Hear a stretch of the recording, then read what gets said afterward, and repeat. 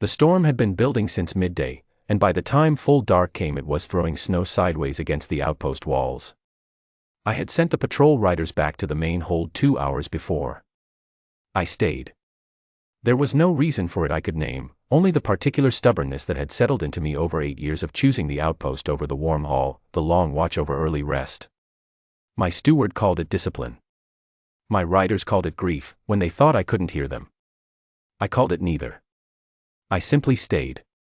My wolf Bren lay by the fire in the receiving room and had not moved in hours. He rarely did, anymore. Once he had been restless, curious, the sort of wolf who pressed his nose to every door. That was before.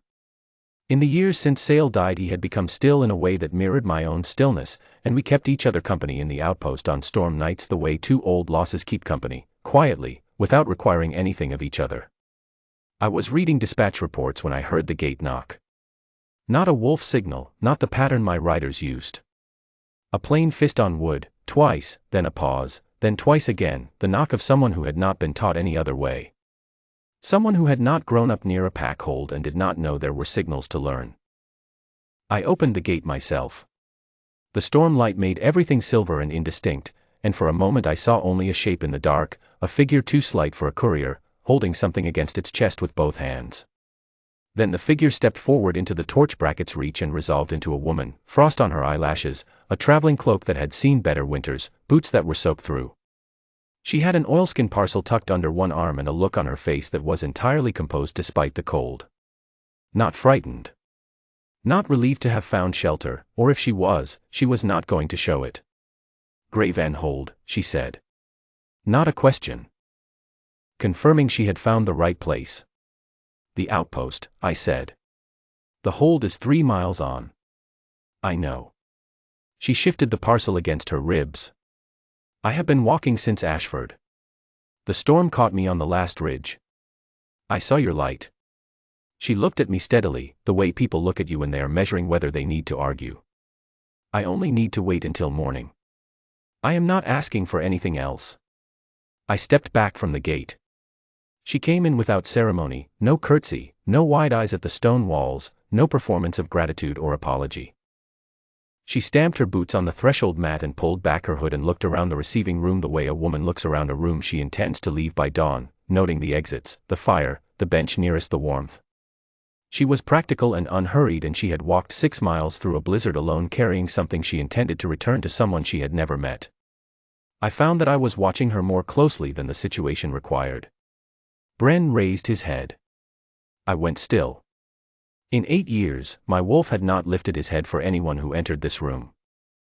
Not for riders, not for visiting lords, not for the healer who came each winter, not for the young steward who had taken to sitting in here on cold nights when the hold felt large.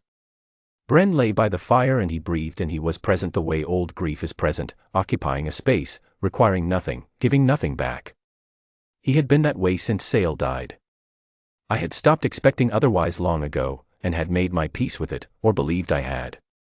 He was watching the woman from Ashford. She did not notice at first.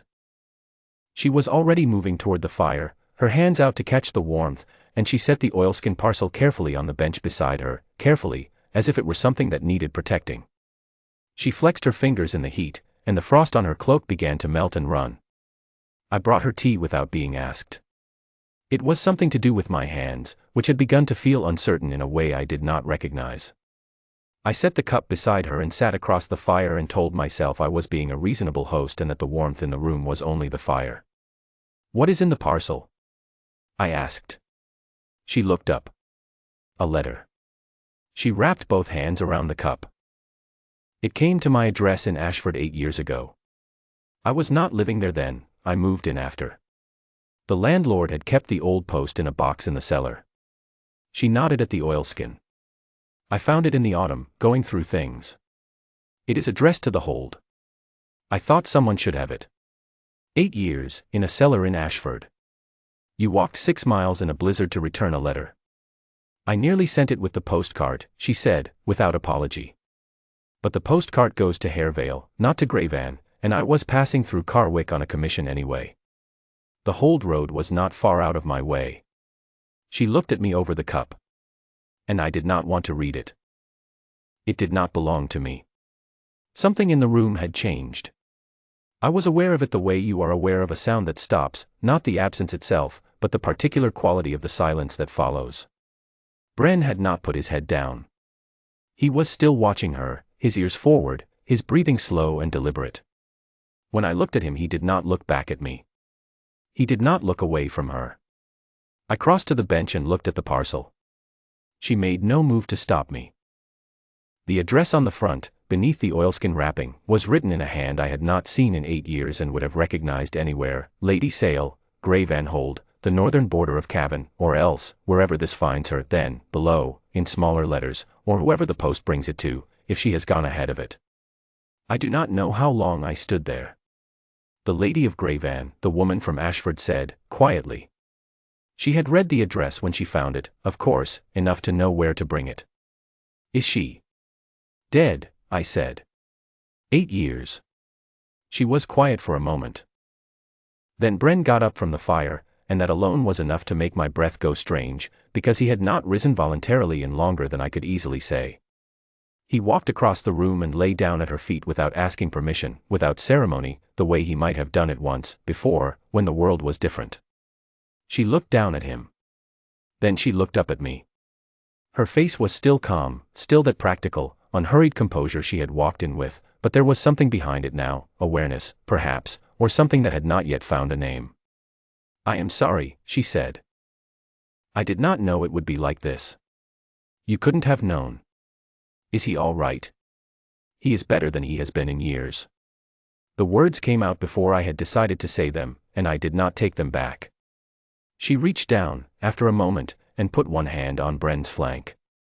He exhaled, a long, slow breath, as if he had been holding it for a very long time. I felt that sound somewhere behind my ribs, in a place I had believed had gone quiet for good. It was not a dramatic thing. It was simply true, the way winter cold is true and fire warmth is true, present, undeniable, requiring nothing from you except that you notice it. The letter, she said. If it is addressed to her, but she wrote it, she paused. Then it belongs to you. I sat back down across the fire from her. Open it, I said. She looked at me steadily. It sat in a cellar in Ashford for 8 years, I said. It has already chosen where it was going. Open it. She held my gaze for a long moment. Then she took the parcel, and she unwrapped it with careful hands, the same hands that had carried it through the storm, that had not opened it in all the months since she found it, because it was not hers and she was not that kind of person. She broke the seal. The letter was 2 pages. Sale's handwriting, small and exact, the way it always was. The woman from Ashford read it without speaking. I watched her face. She read slowly. When she finished the first page, she set it face down on her knee and looked at the fire for a moment. I could not read what was in her expression, only that it was not nothing. Then she turned to the second page, and when she was done she held both pages out to me across the fire.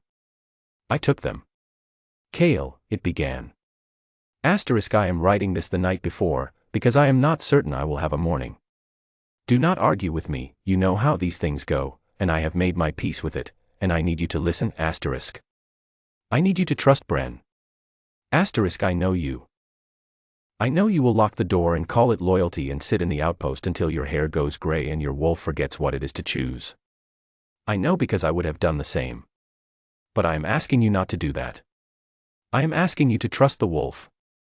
He will know. He has always known. That is the only thing I am asking. Let him, the rest will find you. That is what I believe. That is what I am choosing to believe, going into whatever comes next. Do not leave him waiting too long. Sale. I read it twice. Then I folded it along its crease and held it in my hands for a moment, this paper she had carried through snow, through a postal error, through 8 years of a cellar in Ashford, and looked up. The woman from Ashford was watching me with quiet attention, the way you watch someone you know is carrying something heavy and have decided not to interrupt. There was no pity in it. No performance of sympathy. Only a steady regard that asked for nothing and offered to wait. Bren had not moved from her feet. The fire had burned lower while we sat here, and in the dimmer light I could see the mate mark on her wrist, pale gold, steady at its edges, as if it had been there all along and was only now choosing to be visible. I looked at my own wrist. The same mark, the same quiet gold. I had not felt a mate mark in 8 years. I had forgotten what it felt like, not a pain, not a crash of recognition. Something quieter than either. The way a room you have never entered before nevertheless feels familiar from the first step. Not memory. Only arrival. She was looking at her own wrist. Then she looked up at me, and her expression was still that composed, unhurried thing, but something in it was open now in a way it had not been before. "I came to return a letter," she said. "I know.